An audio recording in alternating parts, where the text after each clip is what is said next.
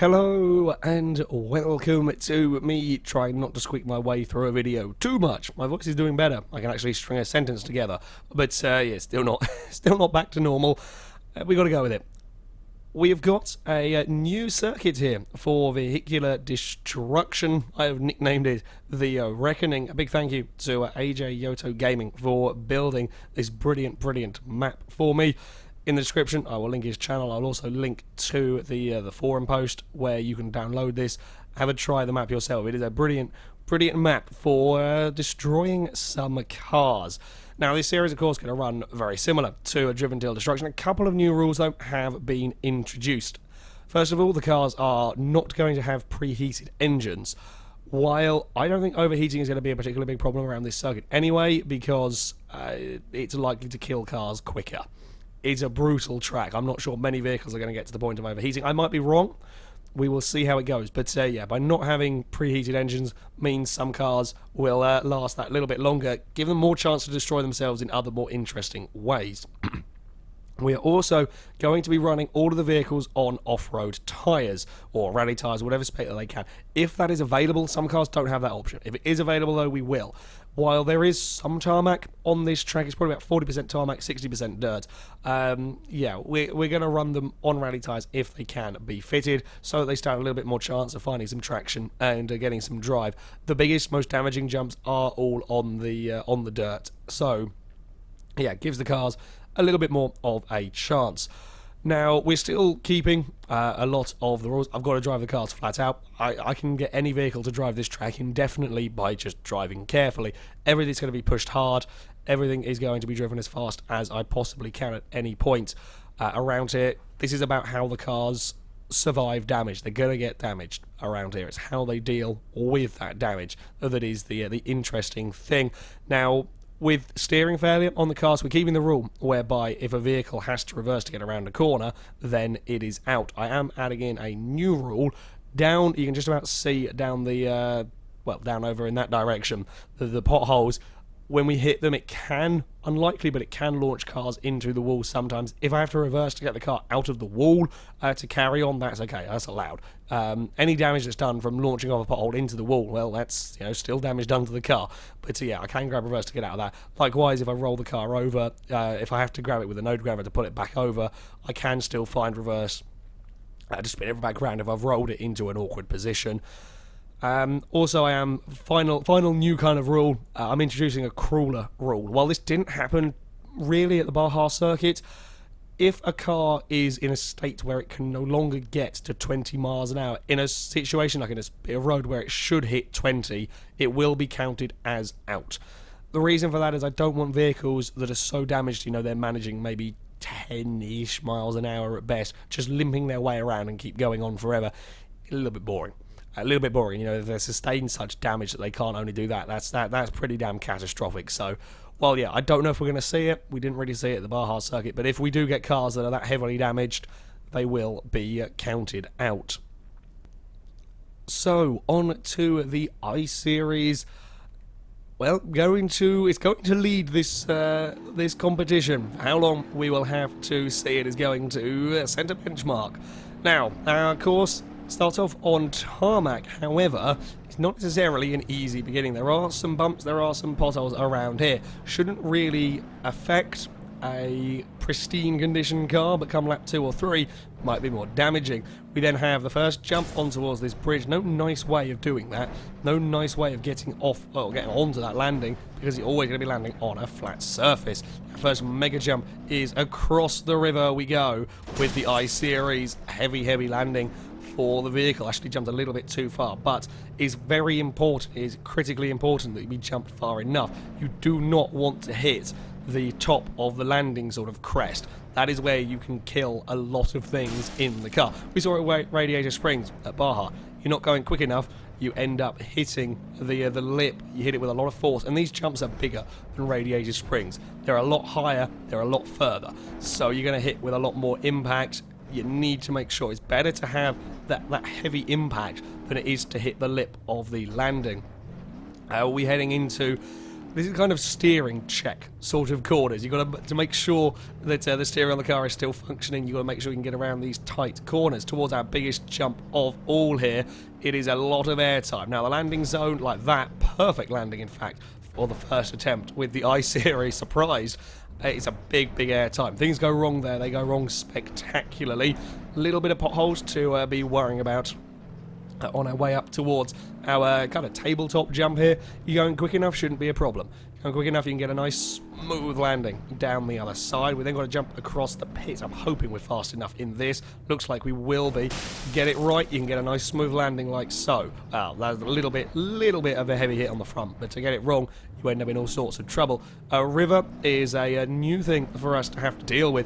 The debris in there shouldn't affect any car in perfect condition. However, collapsed suspension, like we have going on here, broken chassis, bent chassis, can catch on the rocks, tear wheels off, tear drive shafts off if you aren't careful. Another steering check for the vehicles as we head around to complete our opening lap with the Ieries. Well, I say that, we've got to get... Oh, not to complete our opening lap because we hit a pothole and it killed the drive shaft. I was not expecting that one to go. I was not expecting that to take out a drive shaft. That's the Ieries done for. Pothole. That's actually an odd one. That isn't. Well, I say it's an odd one, but the first pothole it came to that took out that drive shaft must have been weakened massively from those jumps, and yeah, it's a punishing circuit. I think the Ieries. I mean, we did see with the all-wheel drive one at the Baja circuit that killed 2 drive shafts in 2 laps. Around there, we couldn't quite make it. I thought we'd be in good enough condition to get down here, but apparently not. No, that collapsed front right suspension. As soon as we hit the first pothole, all of the shock went through the drive shaft. That failed, and that is the Ieries dead. Not a great start in terms of survivability from the Ieries. I guess it could have gone worse. At least we saw most of the track with the opening vehicle. So we are on to our second car, hoping to make it onto its second lap. I've gone for a classic Pazima, the GTZ Tourer version. It has got all-wheel drive, a decent amount of power. I do love a good fast estate car, so here's hoping that it can do relatively well. All-wheel drive, a preferred drive line. After all, we have 2 drive shafts to break. Lose one, we can probably still keep going. Oh, God. Apparently quite bouncy on the old suspension front. We've got to watch out for this curb on the outside.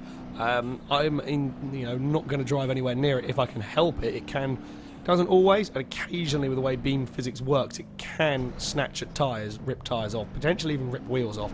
It doesn't normally, but it might. So we're going to avoid it unless the car is so broken it ends up out there on its own. We should have more than enough speed to make it across here. It's that trying to get a good landing, even when you're trying to get a good landing, it's so difficult. You always want to take a little bit more speed. If you're going just that tad too slow, you're going to hit the landing so hard there that you always want to have that little bit of safety margin, go a little bit quicker across them, just to make sure. Better to have that heavy landing than it is to run the potential risk of trying to get the smoothest landing possible, but you might not quite make it. This roller section here, different kind of bumps, different kind of ramps almost. A perfect line through there. Of course, you'll be able to fly through that section. However, damaged cars, you're not going to get perfect lines. You're not necessarily going to have the steering to do exactly what you want to with the car. So that can throw up all sorts of interestingness with the vehicles. Across our big main jump, it is a bit of a heavy landing for the Pazima. Not too bad though. Only the radiator. Radiator is gone, but the rest of it is looking fairly okay. Bounced around a fair bit. Tabletop, we should be. Oh god, in fact, it's not perfect. It's not perfect. We've got steering issues. We've got big steering issues. It's a really weird place to have had a front left failure. It got past the worst bit. Oh, that's a front left failure. Please don't let that be a rear drive shaft. I don't know which drive shaft that is that's gone. Okay, we have still got drive. I think we've only got one-wheel drive in our Pazima. Now, we can get it out of here. Interestingly, it is still going to carry on. Yeah, I think that was a rear drive shaft that's gone. but the diff is obviously a welded diff or something, so we have got to protect that front right at all costs. The front right must survive here. God, please don't tear anything apart on the underside of my car. Okay, we're fine. We're fine. We're heading back towards beautiful, beautiful tarmac. We've got to get down Pothole Alley. That's not going to be fun. I want to take Pothole Alley in such a way that we do not put that front right wheel anywhere near it. It might be doable. Ooh! The way this chassis is twisted, it's handling these sort of incredible banked corners very, very peculiarly. Now, if we can run down this side here, the front left's going to hit them, but the front right might not. We should be okay. Yeah. Oh, don't break the front right wheel. We've made it further. We've made it further than the Ieries did, at least, which is always nice. And we have still amazingly got some steering. Didn't really want to set off there. I don't quite know why. Once we've got going, it's okay. Once it's got movement, it's fine. Trying to set off from a standstill is not good. We're on to a second lap. In fact, the engine might overheat amazingly before anything else dies in this car. Having said I didn't expect overheating to be... Uh-oh, get away from danger curb. Danger curb, oh god. We've got problems with... Oh dear, we've got lots of problems. We've got lots of problems. I don't know why we're stopped. I don't know why we beached it. We might have got such a bent chassis now. I'm not sure why it's not wanting to play ball anymore. If we stick it in neutral, can we wiggle it back? It's doing something. This is a peculiar one. I don't know what it's got. I think one of the potholes bent that front wheel up in such a way that the chassis is now stopping it from driving. Yeah, I think. It's very, very peculiar. I think it's pushed the wheel up so far now that what in the diff was just about letting it work is now not. Technically, I'm not reversing. If that wheel wasn't gonna bend it, we just need to get started. If we can get the momentum to get it started. This is a new tactic. I've never used this tactic before to get a car to go backwards. Because of the hill that we're on, we actually can. Come on. Come on. Oh, it's no good. It's no good. A combination of a drive shaft failure and a bent chassis. Interestingly, it was the bumps around the first corner that did the finishing blow, that dealt the finishing blow, pushing that front right wheel that was so needed protection up into the car a little bit more, twisting the chassis, and now it's just spinning the wheels and cannot get any traction. A peculiar one. However, that's half the fun of these series. It made it onto its second lap. It's an improvement. And our final vehicle for the day is going to be the 94 Covert. Now this car is a front-wheel drive, unlike our previous vehicles. There are advantages to front-wheel drive, mainly being that you can do whatever damage you like to the rear wheels and the car will keep on going, whereas with a rear-wheel drive car, you damage any wheel and you're going to have problems. You're unlikely to damage the rear. It's quite rare that you damage the rear without breaking something at the front. So, yeah, with the front wheels having to do the power and the steering and likely to take damage, there's definitely a weakness in all of that. Oh, there goes the front bumper. Almost managed to roll it immediately. How are we performance-wise in this? Oh, pretty good. Pretty good. The radiator is a goner. Yeah, we've got enough speed to make it across those jumps. Hopefully we'll be able to make it clear of this one as well. We're pulling a little bit to the right at the moment. Not terrible. I can live with it. Yeah, it's when that suspension, well, as it's collapsing, it's how that's going to deal with the potholes, how it's going to deal with the stream and so on. That's where we might see some fun times. Not sure the rear suspension is particularly liking the bouncing around at the moment. Still going to have no issues making this corner. Now, we do need to put our foot down. We need to make sure that we've got enough speed to clear this jump. Indeed, we do.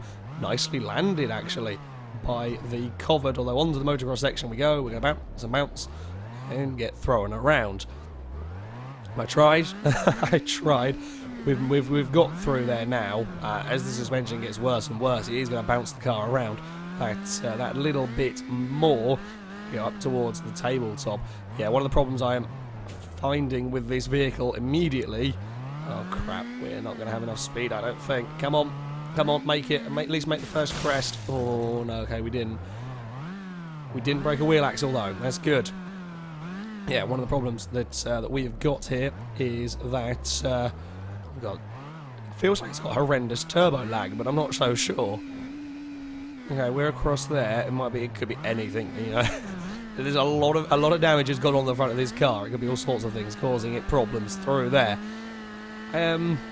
I remember what I was saying. We're lacking steering, which means I'm lacking control, leaving jumps. I can't necessarily approach jumps at the line I want in the way that I want, and sometimes the car will just veer when I'm not expecting it to. Or with this collapsed suspension, pothole alley isn't good. We're on fire. The Covert's on fire. That's we got our first fireball in our first episode. I'm trying to get it through the potholes without tearing wheels off. We don't really turn very well anymore.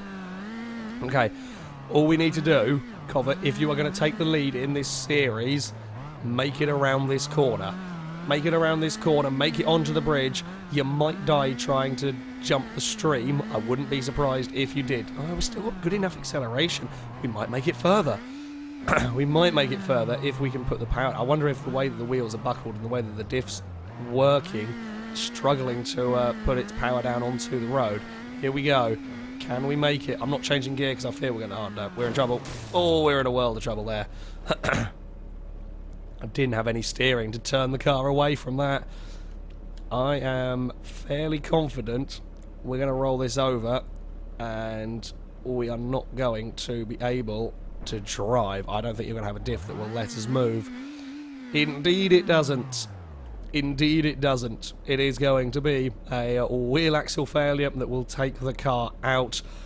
A lot of steering damage meant that trying to position this car to take that jump in a nice smooth way just wasn't happening. Couldn't do it. And yeah, it was already very, very battered. Already very battered indeed. However, yeah, fire and everything. Put on a good show. Put on a good show. Made it onto its second lap. Better than that Ieries. So on to our leaderboard map. We will have a kind of proper leaderboard table as well as a map here, but seeing as only 3 cars I've run, don't really see the necessity. Yeah, this is where they have been positioned. The Ieries so nearly making it on to its second lap, but not quite with a drive shaft failure. Bizarre failure from the Pazima GTZ. Clawed his way around with one-wheel drive until I think the chassis damage, the bent-up chassis, caused some problem between the one working wheel, the differential and everything, and it just gave up. It couldn't go any further. And we have our current leader, the 94 Covert, on its second lap, but heavily damaged steering and a big jump that I couldn't quite position the car for well enough would lead to a big wheel axle failure, and the car was on fire, which always makes things interesting. That, though, is going to be it for this video. As ever, in the description, you will find all of the links to the mods that I have used. You can download them, have a go with them yourself. But that'll be it from me. Thank you very much for watching, and until next time, goodbye.